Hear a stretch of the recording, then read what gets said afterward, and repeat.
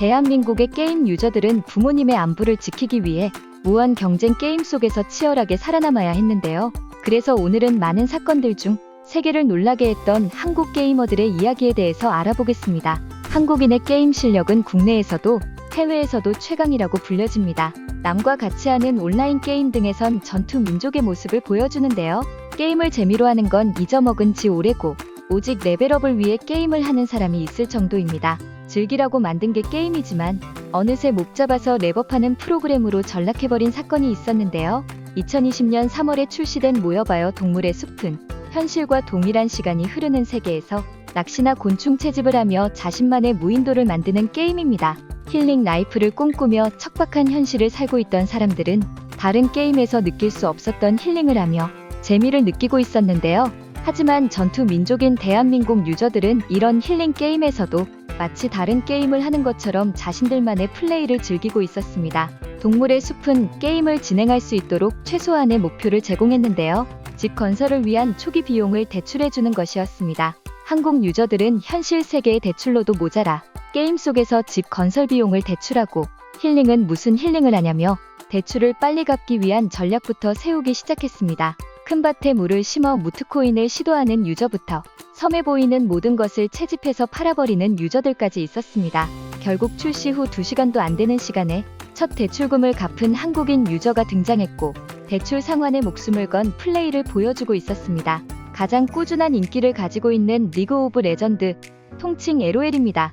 e스포츠계에서 한국팀 위상은 최고의 수준을 가진 국가로 꼽히기도 합니다. 심지어 대한민국이 위상을 떨치는 게임 종목에서는 선수의 역수출이 일어나 외국 리그에서까지 대한민국 선수가 다수 활동하는 기이한 현상이 일어나기도 하는데요. 한국팀은 총 14번의 월드 챔피언십에서 총 9번 우승했으며 그마저도 시즌 1은 한국팀이 아예 참가하지 않았고 2번은 준우승입니다.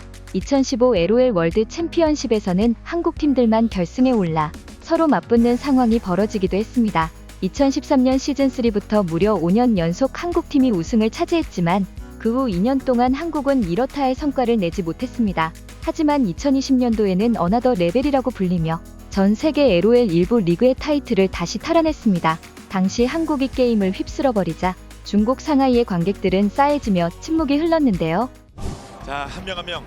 자, 저 많은 1년 동안 들을 수 없었던 그 선수 한 명 한 명 솔직히 멍할 거예요, 사실. 그렇죠. 얼마만입니까 이게? 코치진 그리고 나머지 선수들까지 해서 有请苏宁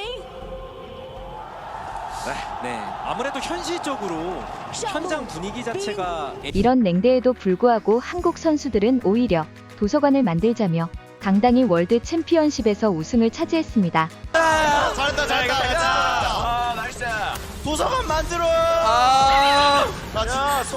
이거 맞아? 상하이 라이브러리 만들어 그냥. 야 때려. 이어 2023 항저우 아시안게임에서는 한국 대표팀이 금메달을 땄고 2023 월즈에서는 T1이 LPL팀을 모두 쓸어버리는 기염을 토하며 우승했습니다. 2012년 5월 15일 디아블로3의 한국 서버가 오픈되었습니다. 개발자 팀이 절대 쉽게 깰 수 없을 것이라 말한 것만 봐도 얼마나 공들여 만들었는지 알 수 있었습니다. 그러나 한국에서 서버를 오픈한 지 6시간 만에 노멀 난이도의 디아블로가 공략당하고 말았습니다. 이는 당연히 세계 최초였고 당시 시차로 인해 아직 게임이 출시되지 않았던 해외의 유저들은 충격에 빠졌습니다. 이후 노멀 다음 난이도인 나이트 디아블로까지 17시간 만에 솔플로 클리어해버렸는데요. 이전에 디아블로2 레저렉션이 한 말이 떠오르는데요. 세계 최강 게임 민족, 한국 1등이 세계 1등이다. 이 일은 후에 영상으로 만들어지기도 했습니다. 신게임 1시간 30분 남았어. 야 이번에 개발자 새끼 엄청 어렵게 만들었다고 못 깬다가지고 까불치던데. 이거 지가 뭐 일찍 깬다더니 포기하고 뭐 커피 마시고 있냐? 다 깼는걸? 6시간. 얘들아, 한국에서 디아블로 벌써 죽었어. 잠깐 뭐 한국 사람들이 벌써 디아블로 죽여버렸다고? 스타크래프트는 세계대회를 휩쓸면서 한국인은 게임을 잘한다라는 인식을 심어준 대표적인 게임입니다. 많은 프로게이머들이 활약하면서 외국인은 물론 개발사 블리자드까지 한국의 게임 실력을 인정한 일이 있었는데요. WCS라는 블리자드에서 만든 게임 대회에서 규정상 맵팩을 사용할 수 없지만 피직스리라는 아이디의 미국 선수가 맵팩을 사용한 것입니다. 하지만 맵팩을 사용했음에도 불구하고 한국 선수 전종범을 상대로 패배하고 말았는데요. 한국 선수가 맵팩을 쓰는 선수를 상대로 2대0 완승을 해버린 것입니다. 각 나라의 서버를 보면 해당 서버에 대한 특징이 쓰여져 있습니다.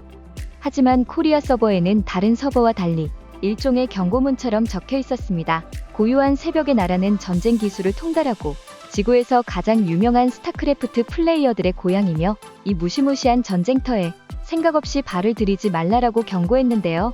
한국인들은 여전히 압도적인 실력으로 스타크래프트에서 악명을 떨치고 있었고 개발사인 블리자드도 어느 정도 인정을 하면서 최상위 포식자인 한국인들을 코리아 서버에 가둬두고 그들만의 리그를 펼칠 수 있도록 유도했다고 전했습니다.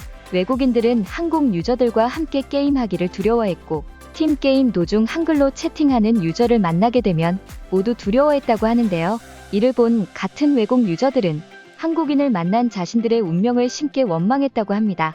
오버워치가 나오기 전까지 외국인들은 한국인들이 많은 게임에서 최강의 자리를 차지하지만 FPS는 약하다라고 평가를 하기도 했었는데요.